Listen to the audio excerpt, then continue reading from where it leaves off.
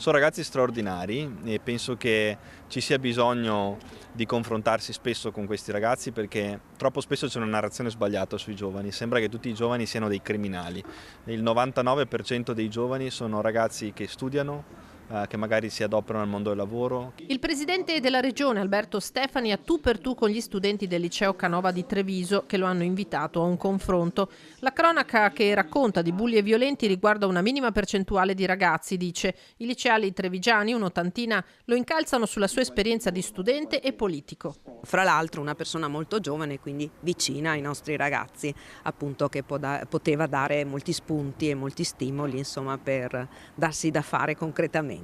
Stefani da Treviso ha lanciato il Consiglio regionale dei ragazzi, un paio d'ore dopo il comunicato del consigliere regionale di Fratelli d'Italia Enoch Soranzo, esattamente sullo stesso tema, e il dubbio che i meloniani l'abbiano diffuso per attribuirsi la paternità dell'idea prima che lo facesse il presidente è più che legittimo. Stefani tuttavia tira dritto. È un'iniziativa che mira a garantire una partecipazione giovanile a partire dalle scuole e quindi dare la possibilità a un Consiglio regionale dei ragazzi di poter lanciare proposte, idee, iniziative che poi vengono eventualmente accolte anche nel Consiglio regionale a tutti gli effetti. Ma c'è da fare i conti anche con quello che di male succede nelle scuole, su bus e corriere, episodi violenti, coltelli. Se sugli autobus scolastici il presidente propone di far salire forze dell'ordine e membri delle associazioni d'arma, il tema metal detector lo trova d'accordo, abbinandolo però alla prevenzione. Credo che garantire una maggiore sicurezza all'interno delle scuole possa essere una strada, soprattutto mappando magari gli istituti